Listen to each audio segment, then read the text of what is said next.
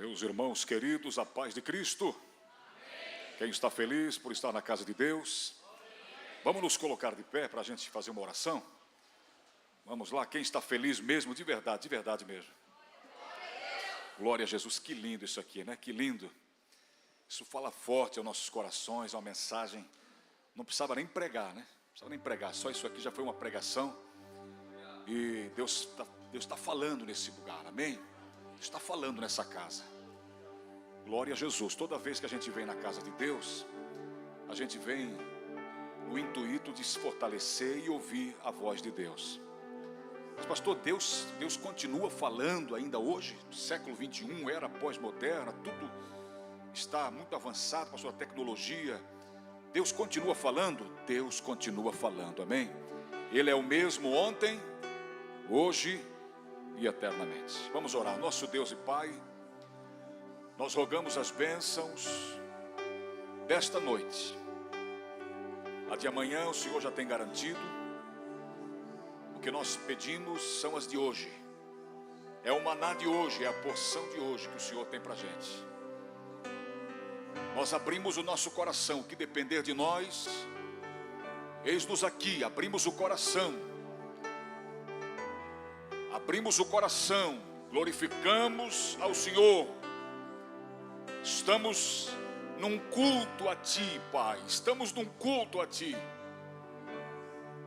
Que depender de nós, quero dizer que o nosso coração está aberto. Diga comigo, Senhor Jesus, o meu coração está aberto.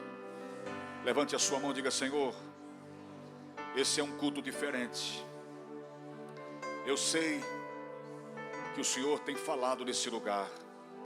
Diga assim, eu já ouvi o Senhor falar aqui.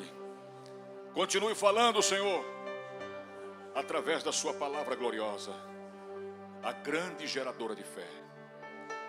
Em nome de Jesus. Graças a Deus. Vamos aplaudir mais uma vez a Jesus.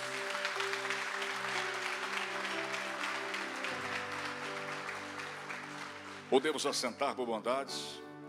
Podemos assentar. Eu tenho de Deus uma palavra para o teu coração. Hoje é culto de Santa Ceia. E culto de Santa Ceia sempre a gente traz a lembrança, a memória. Jesus disse fazer isso em memória de mim. Então a gente sempre se recorda, sempre traz a memória, a lembrança, a grande obra do Calvário, o grande momento que Jesus entregou a sua vida. E todos conhecem essa história, né? Todos conhecem a história da crucificação. Eu acho muito lindo que a Bíblia, olhando assim humanamente, com os olhos humanos, carnais, fazendo uma análise humana, parece que ele fracassou, né? Parece que ele fracassou na sua missão. Ele foi morto, olha a forma que ele foi morto, né?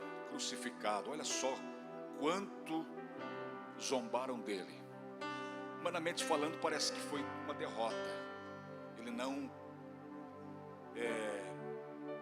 pôde dar continuidade, parece. Aos 33 anos, pastor, aos 30 anos a Bíblia diz, é isso? Essa informação é verídica, confirma com a Bíblia diz que aos 30 anos de idade ele iniciou o ministério dele. Uma informação bíblica verdadeira, aos 30 anos ele deu início. Foi batizado e logo após o batismo, como todo obreiro, né, que é forjado para a batalha, quando inicia o seu ministério, ele tem um período que ele tem que buscar. Paulo, isso aconteceu na vida de Paulo. Paulo não iniciou assim rapidamente o seu ministério. Ele foi tempo para ser treinado por Deus. Todos nós somos treinados por Deus. Deus não solta ninguém no campo assim sem um treinamento, sem um preparo espiritual. Ele treinou esses discípulos que o acompanharam e deram continuidade, que chegou até nós hoje, 3 anos. Então Jesus iniciou o ministério dele já sendo provado, num jejum de 40 dias e 40 noites. Depois deste jejum ele foi batizado, e aí então deu início ao seu ministério. E o primeiro episódio do ministério dele, que marcou o ministério dele, que ali deu início a tudo, foi num casamento, dando valor à família, dando valor ao casamento. deixando esse ensinamento para a gente. Então tudo isso é muito lindo, quando a gente percebe que esse Cristo glorioso começou desse jeito. Não foi assim um aventureiro, caiu de paraquedas lá na Palestina e começou. Não, ele teve uma história.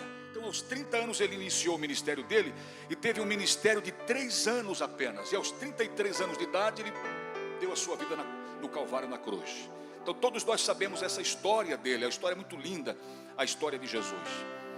E eu me impressiono porque com toda a história, porque quando eu leio essa seguinte frase aqui, está na Bíblia, esse trecho da Bíblia, me foge a memória agora aqui onde está escrito, mas ele disse assim, ó, um dia foi questionado pelos seus discípulos.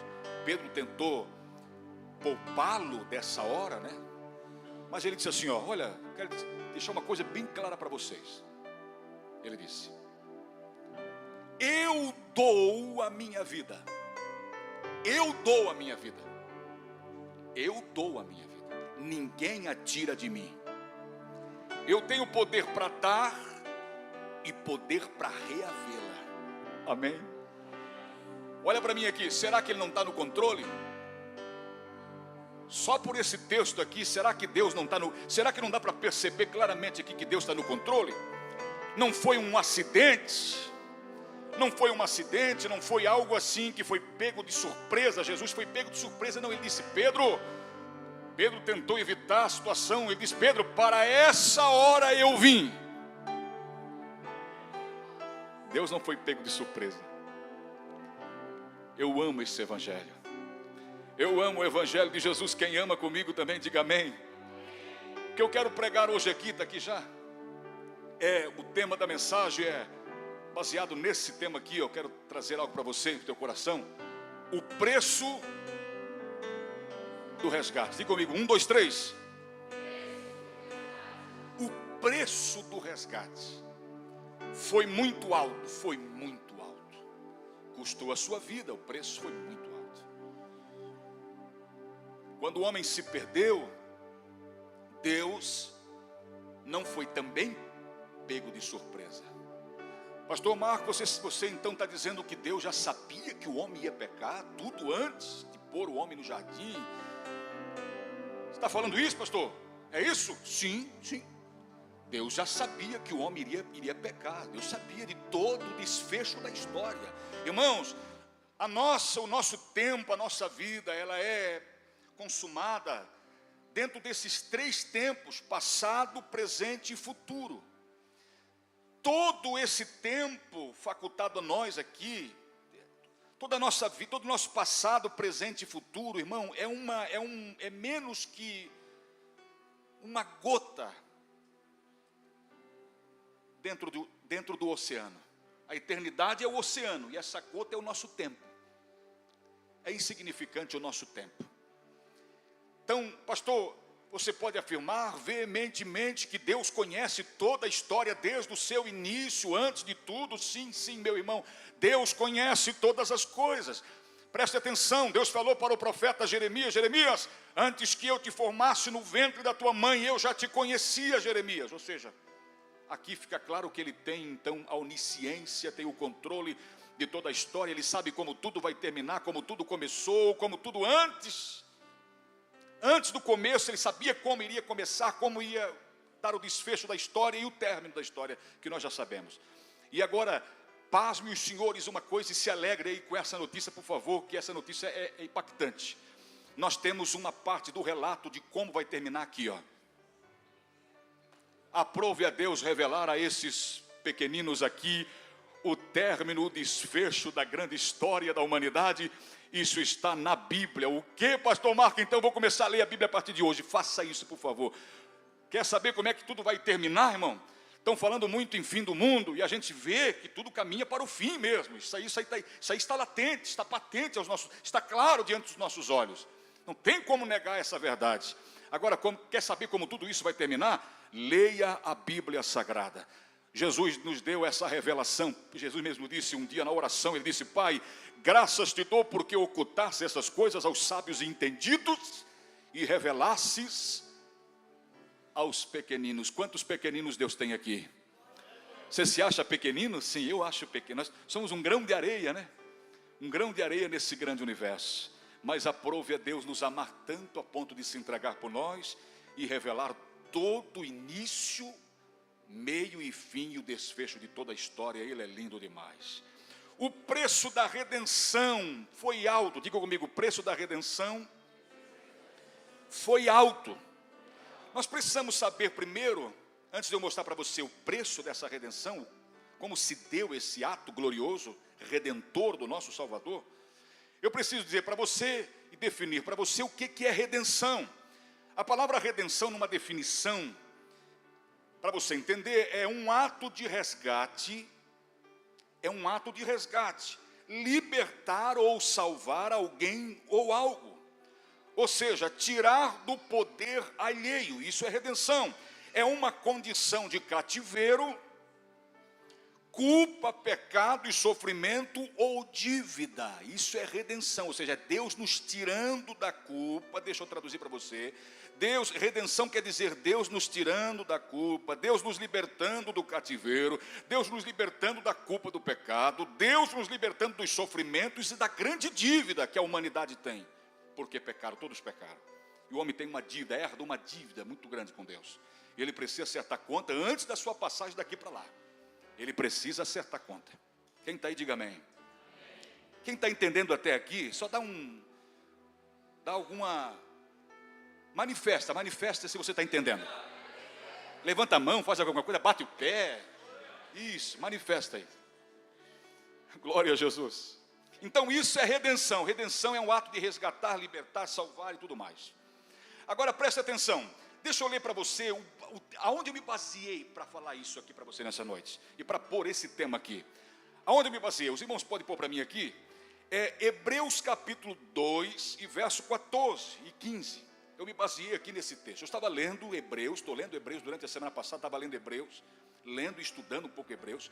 Quando eu cheguei aqui no capítulo 2, verso 14 e 15, o Espírito Santo me fez parar em cima. Para aí.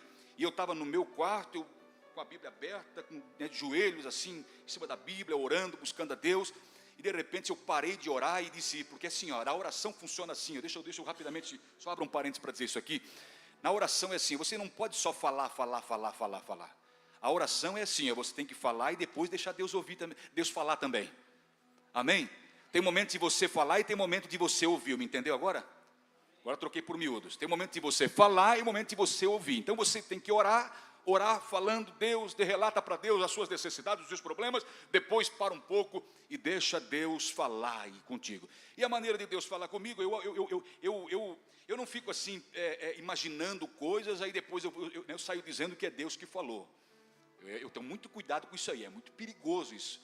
Pode ser coisa do profeta, da cabeça do profeta, para tentar agradar as pessoas, jogar confete nas pessoas, para tentar puxar para o teu lado, isso aí é perigoso, eu não faço isso. O que eu faço? Eu olho para a Bíblia. Para mim, a Bíblia é a palavra de Deus. Tanto é que o próprio escritor aos Hebreus vai dizer no capítulo 4, verso 12, ele diz assim, ó, a palavra de Deus é viva e eficaz, mais penetrante do que espada alguma de dois gumes, ela penetra até a divisão da alma e do espírito, juntas e medulas, e ela é apta para discernir os pensamentos e intenção.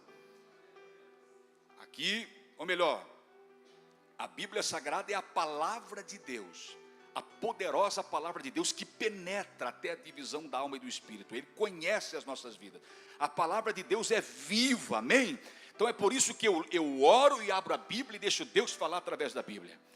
E olha só, eu tirei isso aqui daqui. Deixa eu acelerar, olha só.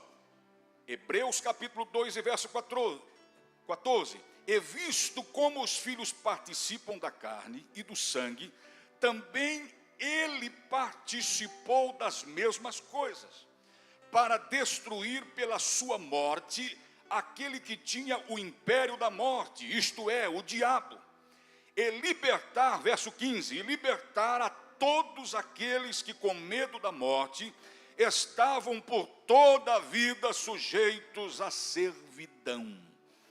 Olha só, então qual foi o preço da redenção? Quero que você pergunte bem alto para mim te explicar. Ó, o irmão falou mais alto que todos aqui, ó. Ele está mais querendo saber. Vamos lá, todos juntos. 1, 2, 3. Qual é o preço da redenção, do meu resgate, né, em outras palavras?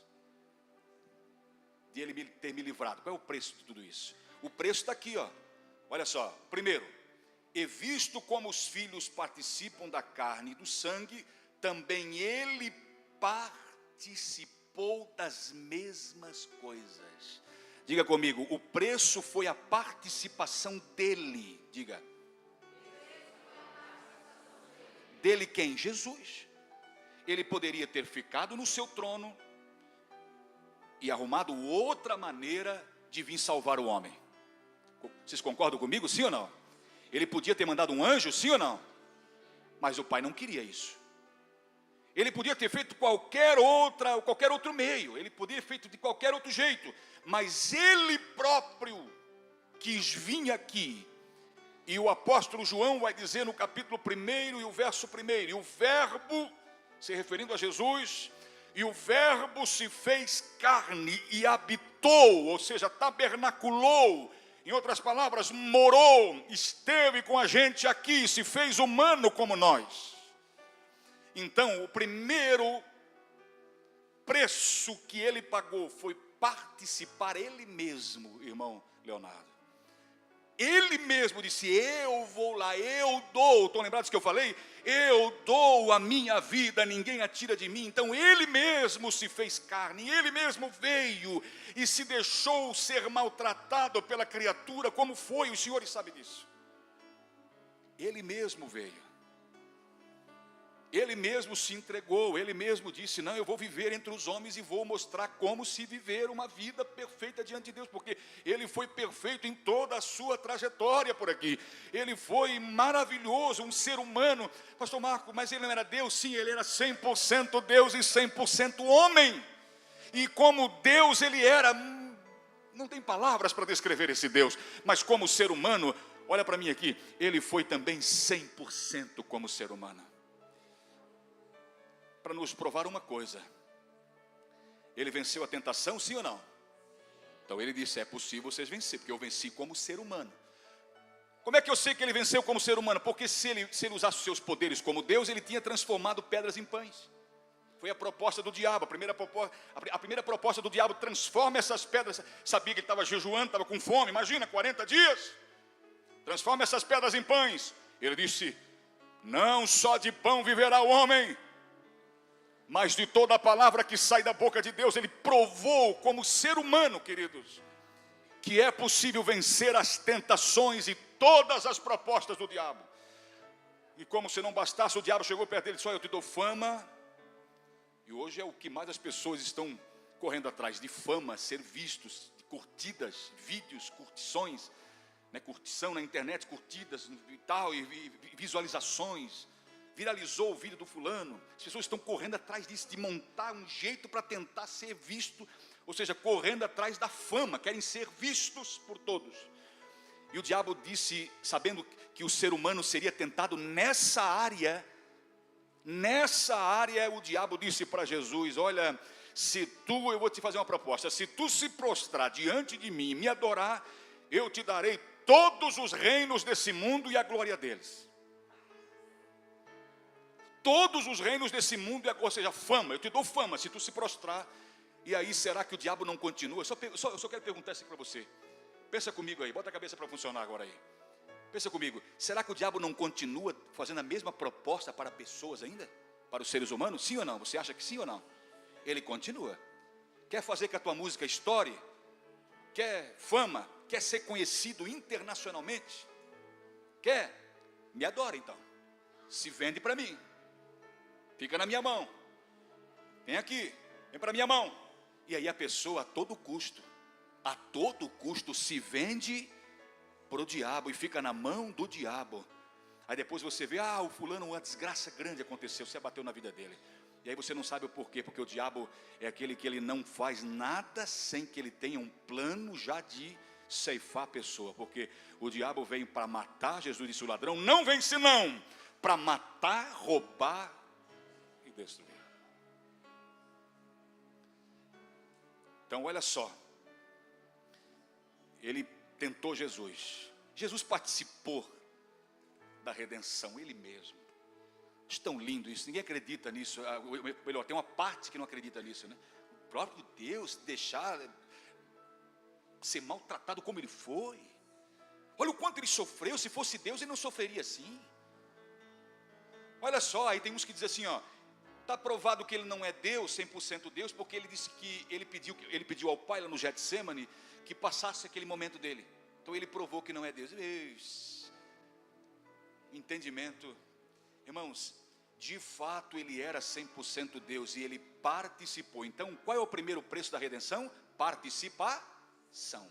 Ele participou. Diga assim, ó, o meu Deus, diga, na pessoa bendita de Jesus, participou humanamente do meu resgate. Ele participou. Isso não te deixa feliz? Isso me deixa feliz e até pensativo, né? E eu vou dizer para os senhores aqui que tem coisas que eu não entendo por razões, mas aceito por fé. Sem questionar, porque um dia eu vou entender na eternidade. Essa mente finita aqui é muito pequena para entender a grandiosidade do grande plano da salvação. Então, olha só. Vou ler de novo, verso 14 de Hebreus 2. É visto como os filhos participaram, porque nós participamos, né? Da carne e do sangue, ou seja, se fizermos humanos, somos humanos. Também Ele participou das mesmas coisas, ou seja, se fez carne, se fez humano, para nos resgatar. Olha só, para destruir. O primeiro preço pago foi ele participar. O segundo preço pago foi ele destruir, porque ele destruiu. Ele destruiu. Pastor, o que é isso? Deus é violento assim? Não, Deus destruiu. Deixa eu ler para você, só para refrescar sua memória aqui. Olha só, primeira epístola de João, capítulo 3, verso 8, diz assim, ó, a parte B do verso. Por isto o Filho de Deus se manifestou, ou seja, em carne, para desfazer ou para destruir as obras do diabo.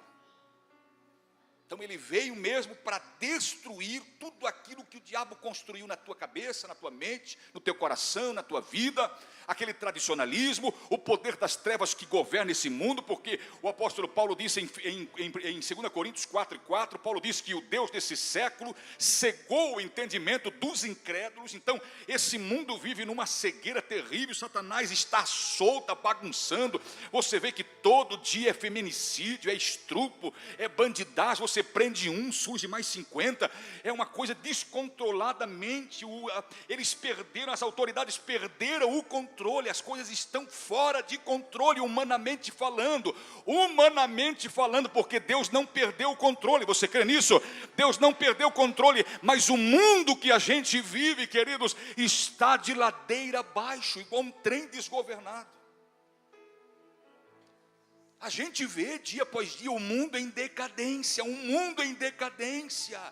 e nós estamos cada vez mais se limpando, porque nós precisamos estar com as nossas vestes alvas, com óleo na cabeça, esperando o nosso esposo, que é Jesus Cristo, que vai vir arrebatar a sua igreja. Quem crê nisso, diga amém. Então o primeiro preço que ele pagou foi participar, o segundo foi destruir, ele veio para destruir. Então quer dizer que ele está desconstruindo muitas coisas na minha vida, é isso que o senhor está falando aí, pastor? Sim, e permita-se, por favor. Permita-se. Não resista à ação de Deus na sua vida. Não resista ao trabalhar de Deus na sua vida, meu irmão. Deus está desconstruindo e Ele precisa, pastor, para fazer tudo novo, Ele precisa então, a partir da operação dele, destruir tudo e fazer tudo do zero. Sim, irmão. Paulo disse aos irmãos de Corinto no capítulo 2, 2 Coríntios capítulo 2, verso 5, capítulo 5, verso 17, se alguém está em Cristo, nova criatura é, as coisas velhas já passaram, e eis que tudo se fez novo, tudo se fez novo, tudo se fez novo. Se você puder levantar a mão e dizer, tudo na minha vida foi feito novo. Bate na mão do seu irmão e diga assim, meu irmão, na sua vida foi feito tudo novo, zerinho em folha. Deus zerou as suas dívidas, pagou tudo, zerou tudo. Ah, meu Deus. Eu estava falando para os irmãos do batismo, dando o estudo de batismo, eu disse, irmãos, fique despreocupado, porque se o diabo agora tentar levantar alguma acusação, é coisa que Jesus já perdoou, tá? Ó, zerou tudo, pagou as nossas dívidas. Paulo diz que ele rasgou todo o escrito de dívida que era contra nós lá na cruz, e nos declarou agora justificados nele, em Jesus Cristo. Oh meu Deus, como eu amo esse evangelho, como eu amo. A única religião no mundo que prega o novo nascimento é o evangelho. O resto é, não, vai levando assim mesmo, fica assim, desse jeito, vai levando assim a sua vida.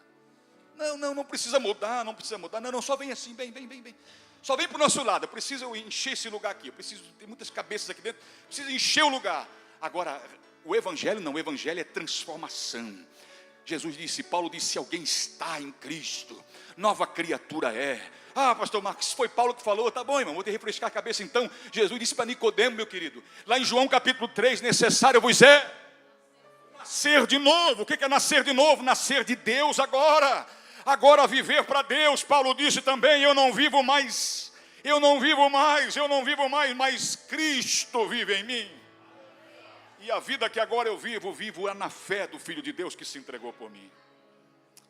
Agora te atrapalhar, não vou te atrapalhar, pode ter certeza disso. Eu vou dizer uma coisa para vocês, na vida de um para outro é diferente, sabia? Isso aí eu aprendi, eu percebi, eu aprendi. Na vida de um para outro é diferente. O que o pastor quer falar com isso? A libertação, a desconstrução, a destruição dos poderes que atuavam na nossa vida. Tem pessoas que logo conseguem se desvencilhar de todo embaraço. Paulo disse, ou melhor, o escritor aos Hebreus disse, deixando todo embaraço. Ele disse, então, quando a gente vem para Jesus, é igual aquela laranjeira que você tem lá na casa da sua avó, talvez você já viu essa árvore, que ela é coberta por erva de passarinho. Quem já viu isso aí? Chamada de erva de passarinho, né? Os irmãos do agronegócio aí sabem, né? E aí, ela é coberta por essas ervas daninhas que prejudicam a produção e até a sobrevivência da árvore. Umas ervas que vão se criando por cima e impede a árvore frutificar. A nossa vida é por aí, é nessa tipologia aí. Antes de Jesus. Tudo cheio de embaraço. Tudo e cada vez mais enrolado. E se passasse o tempo, ai. Cada vez mais se enrolado. É aquele negócio, é igual a areia movediça. Quanto mais se mexe, mais se afunda. É igual a areia movediça, mesma coisa. O pecado é assim. E o pecado é terrível, que o pecado não dói, né? Se o pecado doesse, ninguém pecaria, sim ou não? Né? Serviria ao Senhor e assim, né? Seria melhor. Mas o pecado é terrível, o pecado. E aí a gente vem para o evangelho cheio de coisas que a gente é obrigado a se desvencilhar desses embaraços, para poder frutificar. É a nova vida, é a proposta nova do evangelho. E aí de um para outro é diferente. Me entenderam agora? De um para outro, uns se libertam mais rápido, outros o processo é diferente. O processo na vida de cada um difere um do outro, diferente. Tem aquele que dentro de meses ele se joga, ele se mergulha. Tem aquele que vai só, né? Só pondo o pezinho primeiro, aí a água vai vindo, aí ele é cauteloso, né? Amém por isso. Mas o processo é real. Deus trabalha em nós, para depois a partir de nós.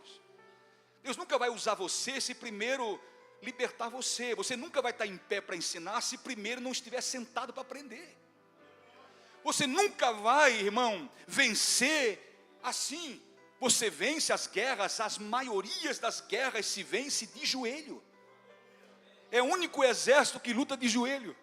Já pensou uma coisa dessa? É o único exército no mundo que luta de joelho. E que a sua arma é a palavra de Deus, Paulo disse, a espada do Espírito, que é a palavra de Deus. Então o processo é lindo, mas é lindo. É lindo, eu acho lindo demais. A pessoa gradativamente ela vai se desvencilhando. E daqui um pouquinho ela está tão apaixonada por Jesus, que o pastor fala assim, hoje não tem culto, meus irmãos, devido a grandes chuvas na região. Não tem, meu Deus, eu vou procurar um lugar para congregar hoje. Eu vou ter que ir num culto hoje. Ele fica tão apaixonado, ele fica tão idêntico a Jesus. Ele fica tão parecido com Jesus, que as pessoas dizem assim, não, peraí, eu acho que é Jesus encarnado de novo. Não é possível. Esse cara é tão meigo, é tão doce. Ele é um cara tão compreensível, é uma pessoa tão pacífica, tão calma, né? E para se manter a paz custa caro, eu sei que custa caro, né? Custa caro, a guerra custa mais, mas a paz também custa caro. E aí a pessoa se esmera, dá o melhor de si, é o processo de Deus, e Deus vai libertando. Então, ele participa, ele destrói os poderes que nos asseguram no mundo e atuam na nossa vida. E aí depois então, vamos continuar a leitura comigo. Agora o verso 15. Deixa eu ler o 14 de novo, só para recapitular. E visto como os filhos participam da carne e do sangue, ele também participou das mesmas coisas para destruir, né? Destruiu, seu preço, pela sua morte, aquele que tinha o império da morte, isto é, o diabo. Agora olha só, o terceiro preço que ele pagou, e libertar. Diga comigo, participar. Agora faz assim, ó, destruir e libertar. É isso que ele fez, é o preço da redenção. Tudo isso ele fez, não precisou terceirizar, amém? Pedro entrou em defesa e disse, não, Pedro, para com isso, rapaz. Põe a tua espada na bainha de novo aí, rapaz, que é isso? Se eu quisesse, fosse os irmãos lá do seu abestado, né? Bota essa espada de novo aí, rapaz. Ele disse, põe a tua espada na bainha, por favor. Se eu quisesse, eu vou só te falar uma coisa aqui, deixa eu te falar uma coisa. Se eu quisesse, Jesus disse para Pedro, se eu quisesse, eu rogaria ao Pai, e o Pai mandaria milícias de anjos para me livrar dessa situação. Mas para essa hora eu vim, Pedro. Entendesses agora? E a Bíblia diz que ainda mesmo assim, com toda a explicação e desenho que ele desenhou, um dia ele desenhou no chão. Estava todo mundo acusando, ele pegou, se abaixou e começou a desenhar. Então eu vou desenhar para vocês, vou escrever, vou desenhar tudo aqui para vocês, no chão. Um monte de acusador acusando uma mulher, ele se abaixou e começou a escrever, desenhar. Então, queridos, a libertação, ele efetuou e muito bem. Sabe por quê? Ele mesmo vai dizer aí, ratificando o que ele faz, o que ele fez. Afirmando, deixando isso evidente, dando evidência. Ele disse assim, ó, se o Filho do Homem vos libertar, verdadeiramente sereis livres. Então ele veio trazer a libertação. E um dia lá em Nazaré, quando muitos pensaram que agora, meu Deus, iniciou o ministério agora e já vão jogar o homem do precipício abaixo, hein? Ele chegou em Nazaré, na cidade que ele foi criado. E ele foi na sinagoga um dia de sábado. E aí, o mestre da sinagoga disse assim, alguém quer ler aqui os pergaminhos, a Torá, os livros? Aí tinha que alguém se disponibilizar, e ele levantou a mão e disse, vem aqui então. E ele pegou e foi diante de um púlpito como esse aqui, de madeira, e abriu, era em rolo, né? Abriu o rolo, e ele abriu justamente em Isaías 61. E aí ele leu, e ele disse, aí depois de ler, todos eles esperavam, né, assiduamente a interpretação, que quem lesse teria que dar a interpretação do texto, e ele deu, ele disse, eu vou dar a interpretação para vocês. Aí todo mundo ficou assim, de boca aberta, esperando, ansioso, esperando, meu Deus, vamos ver qual ensinamento que ele vai trazer. Ele disse, hoje se cumpre entre vocês essa mensagem. Aí todo mundo, não, para, o que é isso? Esse é o filho de José, foi criado aí, rapaz. E aí, irmão, deu um tumulto lá. O culto terminou em tumulto. Em vez de ser um culto, terminou em tumulto, né? O culto terminou em tumulto. E me terminar na benção, né? Se Deus é por nós, quem será contra nós? Terminou num tumulto. Todo mundo se brigando, se batendo boca. E Jesus saiu do meio deles. E saiu fora da sinagoga assim. E eles foram cercando Jesus. E a cidade de Nazaré era em cima de uma montanha. Eles foram levando ele, a multidão foi levando. E a Bíblia diz que eles tinham a intenção de precipitá-lo, jogá-lo do precipício abaixo. Jogá-lo de cima. Mas como ele não veio para morrer numa queda, ele veio para morrer numa cruz. Um dia também os discípulos estavam no barco dizendo, agora é o nosso fim, Senhor. Ele estava dormindo, não se dá que perecemos. Jesus não morreria afogado também. Ele morreria numa cruz. Por quê? Porque todo o processo faz parte, fez e faz parte da nossa libertação. É a participação dele, é a destruição dele dos poderes que atuam no mundo, na vida das pessoas, porque o ser humano é mau, mas tem um poder que atua, deixando ele muito mais terrível ainda, muito mais descontrolado. E aí também ele veio para libertar Esse é o preço pago por cada um de nós. E eu termino dizendo para você agora. Agora eu puxo o freio de mão aqui e eu digo para você, diante do que vemos aqui, o tão alto preço que ele pagou, será que a gente não vai se conscientizar agora, nesse instante, de que devemos ser mais grato do que já temos sido? Sim ou não? Porque eu agucei, você já sabe tudo isso aqui, eu agucei isso dentro de você, eu inflamei, eu insuflei a sua alma com isso, eu soprei em você, o Espírito Santo soprou em você e fez você viver esse momento e se lembrar de toda a história. Então, diante disso, qual é a atitude a tomar? Eu falo isso porque tem que ter uma reação da nossa parte. No dia de Pentecostes, quando Pedro levantou para pregar, Pedro pregou, aí os irmãos, depois quando Pedro encerrou, eu vou concluir a mensagem, Pedro concluiu a mensagem, daqui a pouco os irmãos levantaram a mão e disseram, Pedro, o que a gente deve fazer agora então? Ele disse, crê em Jesus Cristo, e serão salvos, e sejam batizados em nome de Jesus Cristo. Tem que ter uma reação, Deus espera uma reação diante do fato exposto aqui para todos nós dessa noite, que nós já sabíamos, o Espírito Santo só nos fez lembrar através da minha instrumentalidade aqui. Oh, aleluia, que o preço foi muito alto, meus irmãos queridos. Eu amo esse Jesus, quem continua amando Jesus? E agora muito mais, e agora muito mais, e agora muito mais, e agora muito mais. Por isso que nós temos que lembrar desses fatos, esses fatos têm que estar latentes, vivos dentro de nós. Nós podemos se esquecer de tudo, irmão, menos da cruz do Calvário, menos da obra de Jesus. Deixa eu só contar uma história rapidinho para você se colocar de pé. Só um pedacinho aqui de uma coisa, de uma situação que eu vivi. Aqui na igreja, na ação social, nós atendemos aqui toda, minha esposa, junto com as irmãs da igreja aqui, algumas irmãs, atende toda segunda-feira à tarde, terça à tarde e quinta à tarde. E sempre vem uma senhorinha ali, as irmãs vão lembrar dela. Esqueci o nome dela agora aqui, é Adelaide. Estão lembrados? A irmã que ajuda, está lembrada? Adelaide? Não sei se alguém conhece ela aqui, ela mora aqui para trás. E ela anda aqui falando sozinha. Às vezes de madrugada eu estou aqui na igreja, às vezes eu escuto pessoas falando aqui na frente. E eu subo nessa, eu vou revelar para os irmãos um pecado aqui também. E eu subo nessa cadeira aqui. É grande pecado, né? Eu subo nessa cadeira para espiar aí nessa janelinha aí, porque para fora não dá para ver, quem está fora não consegue ver, porque tem película, né? E eu espio ali, nesse dia eu vi ela de madrugada passando aqui. Mas eu levantei da oração e fui olhar ali, porque ela estava falando ali na frente. E ela fala sozinha, quem conhece ela? Ela vive falando sozinha nas estradas aí. Mas de vez em quando, olha só, ela tem um problema na mente, né? Uma demência, alguma coisa que, né, afetou a mente dela. Isso aí a gente também não sabe a causa, né? Mas ela tem esse problema com ela, tadinha, pessoa muito querida. E ela vem pedir vestidos aqui, ela disse, eu quero vestidos para vir para a igreja. Ela disse, pastora Aline, eu quero vestidos para ir para a igreja. Olha só. E aí de vez em quando ela passa com um radinho a pilha, né? E aí aquele radinho aqui, mais irmão, 500 graus de puro fogo santo e poder. E ela passa marchando aqui, ó, para fazer a enfermidade desaparecer. E os vizinhos tudo olham ela passar aqui, ó, irmão. Sabe o que a Bíblia diz? A Bíblia diz que os loucos, nem os loucos errarão o caminho. Ela pode ter algumas deficiências, alguns esquecimentos na mente dela, pode estar, mas ela sabe quem é Jesus. Porque eu perguntei um dia para ela assim, ó, Jesus te ama, minha irmã querida. Eu falei para ela assim, ela disse, isso eu sei que ele me ama.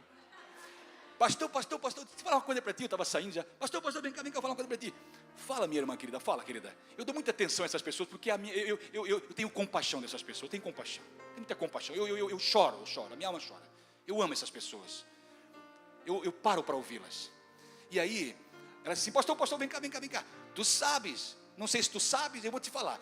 Eu sou a princesa de Jesus. Uma vez eles profetizaram para mim numa igrejinha aqui na vila, pastor, que eu era a princesa de Jesus. Que bênção de Deus. Oh, meu Deus. Irmãos queridos. Ah, meu Deus. Que preço, que algo tão forte que ele fez, que fica gravado, até uma pessoa com problema sabe disso. Oh, meu Deus. Eu amo esse Jesus. Coloque a mão no coração. Deus, a palavra sempre será de gratidão. Sempre, a expressão do nosso coração, da nossa vida, sempre será nessa palavra, gratidão. Não existe outra palavra. Não existe outra palavra, Senhor. É gratidão, é gratidão. Gratidão, gratidão, gratidão, gratidão. Ah, meu Deus. Quando o teu Espírito fala essas coisas em nosso coração, que o preço foi alto, através da minha instrumentalidade, o preço foi alto. Tu participou, tu destruiu os poderes que nos detinham, que nos prendiam no cativeiro. E tu nos libertou, meu Deus. Isso nos faz mais crentes. Isso nos faz mais felizes. Isso nos joga para cima, nos impulsiona na jornada. E nos faz saber que tu nos ama. E também leva-nos a propor em nosso coração que estaremos mais firmes agora do que nunca. Te serviremos com alegria, te serviremos com paixão, com afinco, com dedicação de toda a nossa vida a ti, Senhor. Eu sei que tu não espera menos de nós, tu não espera menos de nós, tu não espera menos do que gratidão e uma vida comprometida. Tu não espera isso, tu não acredita que vem de nós outra coisa a não ser gratidão e uma vida comprometida. E uma paixão indescritível por ti. Ó bendito Deus.